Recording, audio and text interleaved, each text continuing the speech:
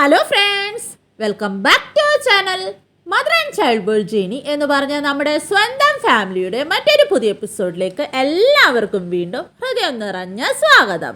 ഞാൻ നിങ്ങളുടെ സ്വന്തം ജെനി. ഇന്നത്തെ നമ്മുടെ വീഡിയോ എന്ന് പറയുന്നത് നിങ്ങളുടെ സംശയങ്ങളും അതിനുള്ള ഉത്തരങ്ങളുമാണ്. അപ്പോൾ ഈ വീഡിയോ നിങ്ങൾ മാക്സിമം ഷെയർ ചെയ്യുക, കാരണം ഇതുപോലുള്ള ഡൗട്ട്സ് ഇനിയും ഒരുപാട് പേർക്കുണ്ട്. അപ്പോൾ അവർക്ക് കൂടി ഈ വീഡിയോ ഒന്ന് യൂസ്ഫുൾ ആയിക്കോട്ടെ. വീഡിയോയിലോട്ട് പോകുന്നതിന് മുമ്പായിട്ട് നിങ്ങളിൽ ആരെങ്കിലും നമ്മുടെ ഈ ചാനൽ ആദ്യമായിട്ടാണ് കാണുന്നതെങ്കിൽ ചാനലിലേക്ക് വീണ്ടും ഹൃദയം നിറഞ്ഞ സ്വാഗതം. എൻ്റെ പേര് ജെനി. നിങ്ങൾ നമ്മുടെ ചാനലിൽ ഷെയർ ചെയ്തിരിക്കുന്ന വീഡിയോസൊക്കെ ഒന്ന് കണ്ടു നോക്കുക. വീഡിയോസൊക്കെ നിങ്ങൾക്ക് ഇഷ്ടമാകുന്നുണ്ട്, യൂസ്ഫുൾ ആകുന്നുണ്ട് എങ്കിൽ നമ്മുടെ ചാനൽ കൂടി ഒന്ന് സബ്സ്ക്രൈബ് ചെയ്ത് സപ്പോർട്ട് ചെയ്യുക. സബ്സ്ക്രൈബ് ബട്ടൻ്റെ തൊട്ടപ്പുറത്തുള്ള ബെല്ലൈക്കൺ കൂടി ഒന്ന് ഇനേബിൾ ചെയ്ത് വയ്ക്കുക. എന്നാൽ മാത്രമാണ് നമ്മൾ ഡെയിലി ഇൻഫോർമേറ്റീവ് ആയിട്ടുള്ള വീഡിയോസ് അപ്ലോഡ് ചെയ്യുമ്പോൾ അതിൻ്റെ നോട്ടിഫിക്കേഷൻസ് നിങ്ങൾക്ക് വേഗം തന്നെ കിട്ടുകയുള്ളൂ. അത് മാത്രമല്ല, നിങ്ങൾക്ക് നമ്മുടെ വീഡിയോസൊക്കെ യൂസ്ഫുൾ ആകുന്നുണ്ട് എങ്കിൽ തീർച്ചയായിട്ടും നിങ്ങളുടെ മറ്റുള്ള ഫ്രണ്ട്സിലേക്കും കൂടി ഈ വീഡിയോസൊക്കെ ഒന്ന് മാക്സിമം നിങ്ങൾ ഷെയർ ചെയ്ത് കൊടുക്കുക. അതുപോലെ വീഡിയോ ഒന്ന് ലൈക്ക് ചെയ്യുക. നിങ്ങളുടെ ഡൗട്ട്സും മറ്റും കമൻറ്റ് ചെയ്യുക.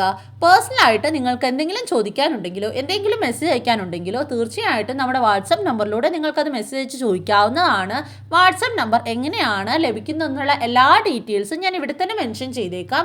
അപ്പോൾ അതൊക്കെ ഒന്ന് ഫോളോ ചെയ്ത് വാട്സപ്പ് നമ്പർ എടുത്ത് നിങ്ങൾക്ക് നിങ്ങളുടെ ഡൗട്ട്സും മറ്റും ക്ലിയർ ചെയ്യാവുന്നതാണ്. ഇനി ഒട്ടും തന്നെ ഡിലേ ഇല്ലാതെ വേഗം നമുക്ക് നമ്മുടെ ഇന്നത്തെ വീഡിയോ സ്റ്റാർട്ട് ചെയ്യാം.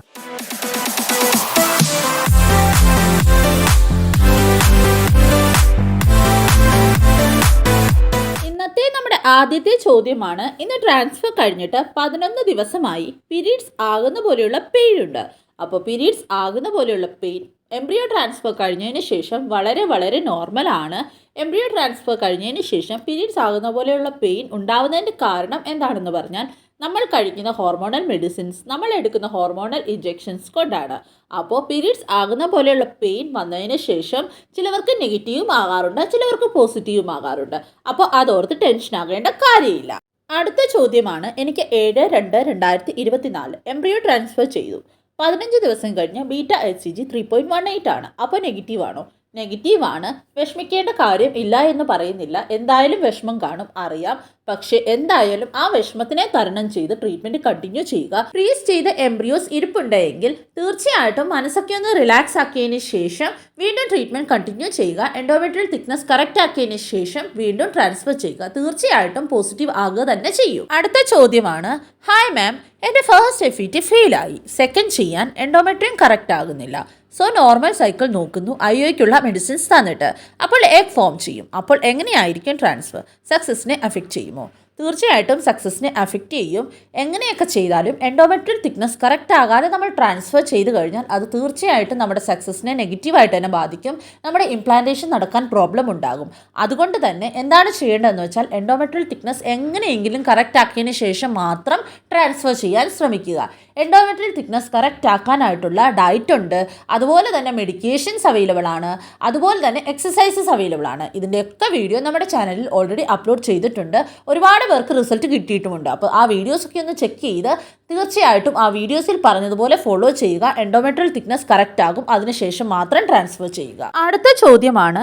ലോ ലെവൽ പ്ലാസിൻ്റെയാണ് 2 മന്ത് ആകാൻ പോകുന്നു പ്രഗ്നൻസി. കിടക്കുന്ന കട്ടിലിൻ്റെ കാൽഭാഗത്ത് ഇഷ്ടിക വെച്ച് കിടക്കാനാണ് ഡോക്ടർ പറഞ്ഞത്. എപ്പോഴും കിടക്കണോ? അങ്ങനെ എണീറ്റിരിക്കാൻ പറ്റുമോ? കുറേ ടൈം. അങ്ങനെ 2 വീക്ക് ചെയ്താൽ മുകളിലേക്ക് കയറും എന്നാ പറഞ്ഞ്. തീർച്ചയായിട്ടും എപ്പോഴും കിടക്കണം. എണീറ്റിരിക്കാൻ പറ്റുമോ എന്ന് ചോദിച്ചാൽ നമ്മുടെ അത്യാവശ്യ കാര്യങ്ങൾക്ക് വല്ലപ്പോഴും മാത്രം നമുക്ക് എഴുന്നേറ്റിരിക്കാം. എന്നാലും മോസ്റ്റ്ലി കിടക്കുക തന്നെ ചെയ്യണം. അത് ഡോക്ടർ പറഞ്ഞ പോലെ നമ്മുടെ കട്ടിലിൻ്റെ കാൽഭാഗത്ത് ഇഷ്ടിക വെച്ച് മുകളിലോട്ടൊന്ന് പൊക്കിയതിന് ശേഷം കിടക്കുക. അതെന്താണ് അങ്ങനെ ചെയ്താൽ ഉള്ള ഗുണം എന്ന് പറഞ്ഞാൽ നമ്മുടെ ലോ ലൈൻ പ്ലാസിൻ്റെ ഒന്ന് മുകളിലോട്ട് കയറും. അപ്പോൾ തീർച്ചയായിട്ടും നമ്മുടെ പ്രഗ്നൻസി സേഫ് ആകും. അതുകൊണ്ട് തന്നെ നമ്മൾ കംപ്ലീറ്റ് ആയിട്ട് റെസ്റ്റ് എടുക്കുക തന്നെ വേണം. 2 ആഴ്ച അങ്ങനെ ചെയ്യുമ്പോൾ ചിലപ്പോൾ നോർമൽ ആകും.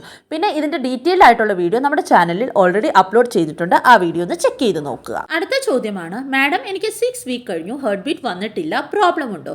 അപ്പോൾ 6 വീക്ക് കഴിഞ്ഞതുകൊണ്ട് പ്രോബ്ലം ഉണ്ടോ എന്ന് ചോദിച്ചാൽ ഇപ്പോൾ നമുക്കൊന്നും തന്നെ പറയാൻ സാധിക്കുകയില്ല. ഒരു 10 ദിവസം കഴിഞ്ഞിട്ട് അല്ലെങ്കിൽ ഒരാഴ്ച കഴിഞ്ഞിട്ട് വീണ്ടും ഒന്നുകൂടെ സ്കാൻ ചെയ്ത് നോക്കുക. അപ്പോൾ ഹേർട്ട് ബീറ്റ് വന്നിട്ടുണ്ടെങ്കിൽ പ്രോബ്ലം ഒന്നും തന്നെ ഇല്ല. തീർച്ചയായിട്ടും പ്രാർത്ഥിക്കാം, ടെൻഷൻ ആകേണ്ട കാര്യമില്ല. അടുത്ത ചോദ്യമാണ്. ഹലോ ചേച്ചി, IVF ബീറ്റ HCG വാല്യൂ 826.8 ഉണ്ട്. ട്വിൻസ് ആവാൻ ചാൻസ് ഉണ്ടോ? അപ്പോൾ IVF ആയതുകൊണ്ട് ട്വിൻസ് ആണോ എന്ന് നമുക്ക് കൺഫേം ആയിട്ട് പറയാൻ സാധിക്കുകയില്ല. അതുപോലെ തന്നെ 826 വാല്യൂ ഉള്ളതുകൊണ്ടും ട്വിൻസ് ആണ് എന്ന് നമുക്ക് കൺഫേം ആയിട്ട് പറയാൻ സാധിക്കുകയില്ല. ട്വിൻസ് ആണോ സിംഗിൾ പ്രഗ്നൻസി ആണോ നമുക്ക് കൺഫേം ആയിട്ട് പറയാൻ സാധിക്കുന്നത് നിങ്ങളുടെ ഫസ്റ്റ് അൾട്രാസൗണ്ട് കഴിഞ്ഞതിന് ശേഷം മാത്രമാണ്. പിന്നെ നമുക്കൊരു ഊഹം ലഭിക്കുന്നത് വെച്ചാൽ β-HCG വാല്യൂ ഒരുപാട് ഹൈ ആണ് എങ്കിൽ ട്വിൻസ് ആണ് എന്ന് ചെറിയൊരു ഊഹം ലഭിക്കും. അപ്പോഴും കൺഫർമേഷൻ ചെയ്യണമെങ്കിൽ നമുക്ക് നമ്മുടെ ഫസ്റ്റ് സ്കാനിങ് കഴിഞ്ഞാൽ മാത്രമേ സാധിക്കുകയുള്ളൂ. അടുത്ത ചോദ്യമാണ്, എനിക്ക് ഹിസ്ട്രോസ്കോപ്പി കഴിഞ്ഞു 1 വീക്കായി, പീരീഡ്സ് ആയി, സ്കാൻ കഴിഞ്ഞു, ഡോക്ടർ പറഞ്ഞു അഡിനോമയോസിസ് ഉണ്ട്, ഹിസ്ട്രോസ്കോപ്പി ടൈം ഒരു ഇഞ്ചക്ഷൻ എടുത്തു, സോ എൻ്റെ ട്രാൻസ്ഫർ മാറ്റിവെച്ചു, ഇഞ്ചക്ഷൻ കൊണ്ട് അത് മാറുമോ? അപ്പോൾ ഏത് ഇഞ്ചക്ഷനാണ് എടുത്ത് എന്ന് ഈ വീഡിയോയുടെ താഴെ ഒന്ന് മെൻഷൻ ചെയ്യുക. പിന്നെ ഡീറ്റെയിൽസ് പറയാം. അഡിനോമയോസിസ് എന്താണ് ഉണ്ടാവുന്നത് എന്ന് വെച്ചാൽ യൂട്രസിൽ ആക്ച്വലി 2 ലെയർ ഉണ്ട്. അകത്തെ ലെയറാണ് എൻഡോമെട്രിയം. എൻഡോ എന്ന് പറഞ്ഞാൽ അകത്ത്, മെട്രിയം എന്ന് പറഞ്ഞാൽ യൂട്രസ്.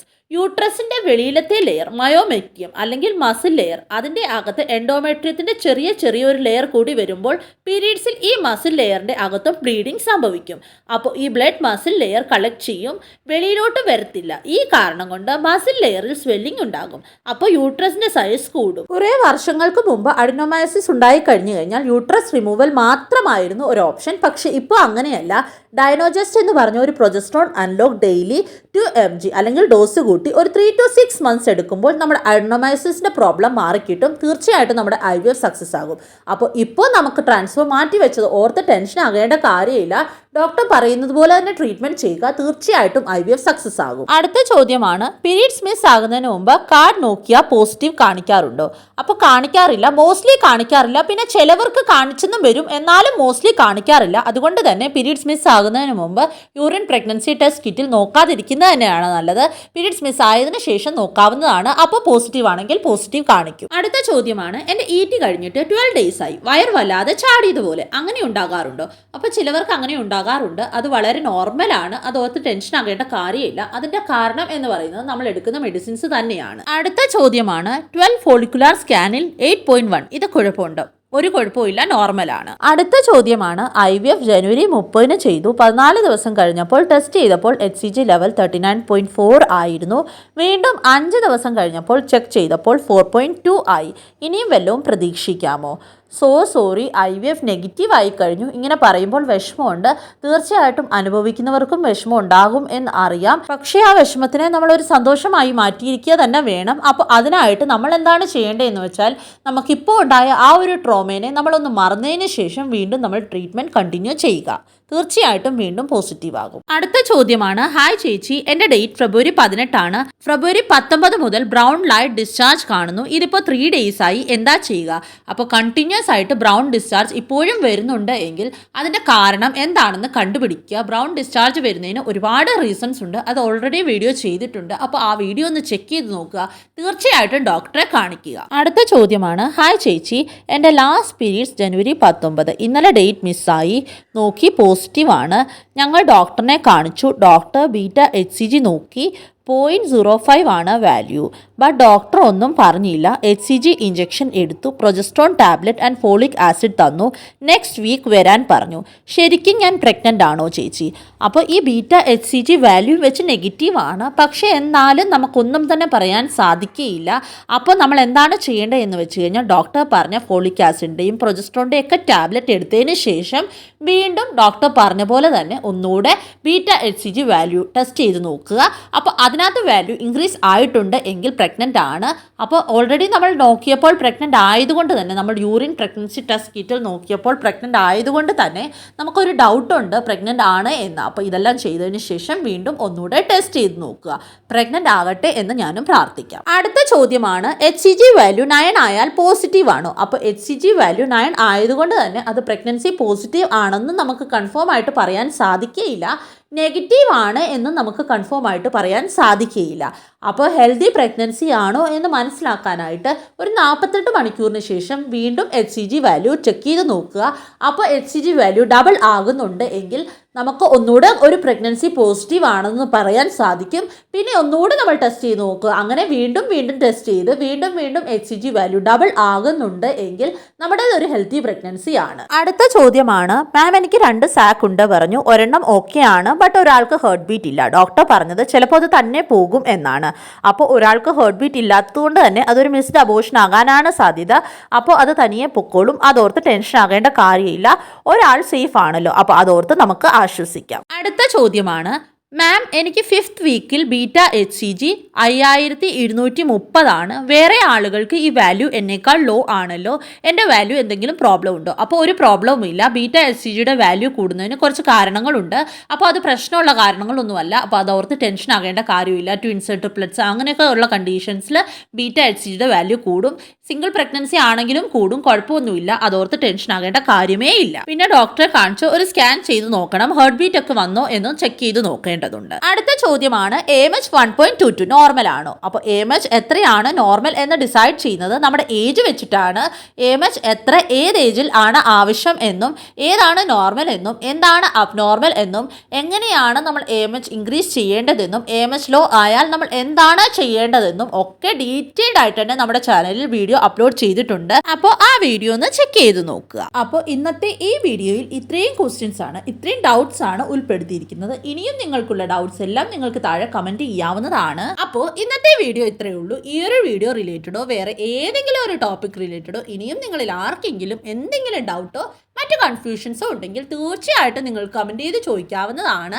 എന്തായാലും റിപ്ലൈ തന്നിരിക്കും.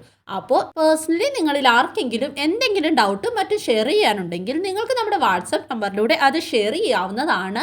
വാട്സപ്പ് നമ്പർ എങ്ങനെയാണ് ലഭിക്കുന്നത് എന്നുള്ള എല്ലാ ഡീറ്റെയിൽസും ഞാൻ ഇവിടെ തന്നെ മെൻഷൻ ചെയ്തേക്കാം. അപ്പോൾ അത് നോക്കിയിട്ട് നിങ്ങൾ വാട്സപ്പ് നമ്പർ എടുത്ത് വാട്സപ്പ് നമ്പറിലോട്ട് മെസ്സേജ് അയച്ച് നിങ്ങൾക്ക് ചോദിക്കാവുന്നതാണ്. നിങ്ങളുടെ ഡൗട്ട്സും മറ്റും ക്ലിയർ ചെയ്യാവുന്നതാണ്. ഈ വീഡിയോ നിങ്ങൾക്ക് യൂസ്ഫുൾ ആയിട്ട് തോന്നുന്നുണ്ട് എങ്കിൽ തീർച്ചയായിട്ടും ഈ വീഡിയോ മറ്റുള്ള ഫ്രണ്ട്സിലേക്കും കൂടി ഒന്ന് ഷെയർ ചെയ്ത് കൊടുക്കുക. അതുപോലെ തന്നെ വീഡിയോ ഒന്ന് ലൈക്ക് ചെയ്യുക. നമ്മുടെ ചാനൽ നിങ്ങൾക്ക് യൂസ്ഫുൾ ആയിട്ടുണ്ട് എങ്കിൽ നമ്മുടെ ചാനൽ നിങ്ങൾ ഇതുവരെയും സബ്സ്ക്രൈബ് ചെയ്തിട്ടില്ല എങ്കിൽ തീർച്ചയായിട്ടും നമ്മുടെ ചാനൽ കൂടി ഒന്ന് സബ്സ്ക്രൈബ് ചെയ്ത് സപ്പോർട്ട് ചെയ്യുക. സബ്സ്ക്രൈബ് ബട്ടൻ്റെ തൊട്ടപ്പുറത്തുള്ള ബെല്ലൈക്കൺ കൂടി ഒന്ന് പ്രസ് ചെയ്ത് അതിൽ ഓൾ എന്നുള്ള ഓപ്ഷൻ കൂടി ഒന്ന് എനേബിൾ ചെയ്ത് വെക്കാനായിട്ട് നിങ്ങൾ ആരും മറക്കരുത്. അപ്പോൾ മാത്രമാണ് നമ്മൾ ഡെയിലി ഇൻഫോർമേറ്റീവ് ആയിട്ടുള്ള വീഡിയോസ് അപ്ലോഡ് ചെയ്യുമ്പോൾ അതിൻ്റെ നോട്ടിഫിക്കേഷൻസ് നിങ്ങൾക്ക് മുടങ്ങാതെ ലഭിക്കത്തുള്ളൂ. അപ്പോൾ ഇനിയും അടുത്തൊരു ഇൻഫോർമേറ്റീവ് വീഡിയോയുമായിട്ട് നമുക്ക് ഉടനെ തന്നെ കാണാം. അതുവരെയും എല്ലാവരും ഹാപ്പി ആയിട്ടിരിക്കുക, സേഫ് ആയിട്ടിരിക്കുക, പോസിറ്റീവ് ചിന്തയോടുകൂടി തന്നെ ഇരിക്കാൻ ശ്രമിക്കുക. Bye bye, God bless you.